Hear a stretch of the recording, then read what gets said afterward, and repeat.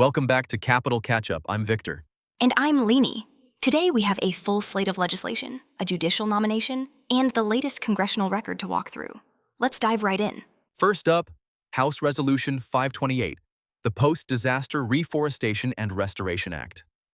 The title suggests it would focus on replanting trees and restoring landscapes after natural disasters, such as hurricanes or wildfires. That sounds like it could help communities recover faster by rebuilding forest cover, which also provides erosion control and wildlife habitat. Next, Senate Bill 142 seeks to award a Congressional Gold Medal to wildland firefighters in recognition of their service protecting forests, grasslands, and nearby communities. A Congressional Gold Medal is one of the highest civilian honors Congress can bestow, so this would be a significant tribute to those who battle blazes on the front lines. Moving on, House Resolution 831 is the Lower Colorado River Multi-Species Conservation Program Amendment Act of 2025. The title indicates it would amend an existing program aimed at conserving species that depend on the lower Colorado River. Given the ongoing drought in the Southwest, any changes to water-related conservation efforts could have real-world implications for both ecosystems and the people who rely on that water for agriculture and municipal use. Senate Bill 478 would amend Title 38 of the United States Code to prohibit the Secretary of Veterans Affairs from transmitting certain information to the Department of Justice for use in the National Instant Criminal Background Check System. In other words, it would limit the sharing of specific VA data with the background check system that firearms dealers use. Proponents might argue it protects veterans' privacy, while opponents could worry about gaps in preventing firearms access by individuals who should be prohibited. Senate Bill 410 aims to amend Titles 10 and 38 to improve benefits and services for surviving spouses of service members and veterans. That could affect things like survivor pensions, educational assistance, or healthcare access, important considerations for families who have lost a loved one in military service.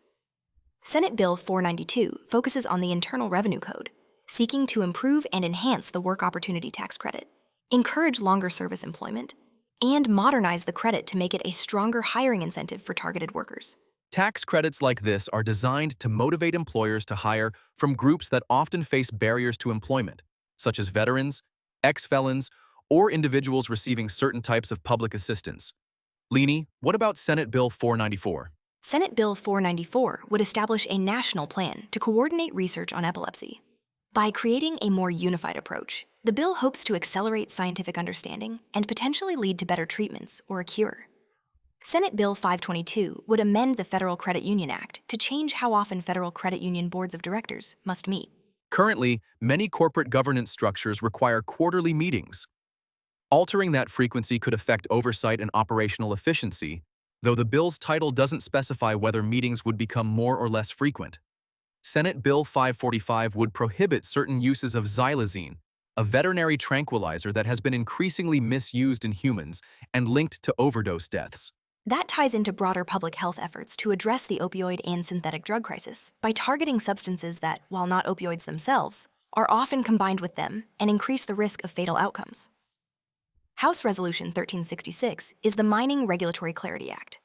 The title suggests it would seek to clarify or streamline regulations governing mining operations on federal lands. Clarifying regulatory language can reduce uncertainty for industry, but it also raises questions about environmental safeguards and the balance between resource extraction and conservation.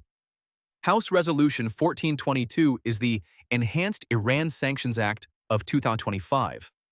This would likely build on existing sanctions regimes aimed at curbing Iran's nuclear program, ballistic missile development, or support for regional proxies. Sanctions are a foreign policy tool intended to exert economic pressure while avoiding military conflict, though their humanitarian impact is often debated. Switching gears to Senate Bill 634, this measure would amend Title V of the United States Code to achieve parity between cost of living adjustments for annuities under the Federal Employees Retirement System and the Civil Service Retirement System. In plain terms, it aims to make sure retirees from two different federal pension systems receive comparable adjustments for inflation, which could affect the purchasing power of hundreds of thousands of federal retirees. Senate Bill 679 would amend Title 18 to improve the Law Enforcement Officers Safety Act of 2004 and related provisions concerning the carrying of concealed weapons by law enforcement officers. The original LEOSA allows qualified active and retired law enforcement officers to carry concealed firearms nationwide, subject to certain conditions. Amendments could expand or modify those rights, affecting officer safety and interstate reciprocity. House Resolution 1665 is titled the Digital Applications Act.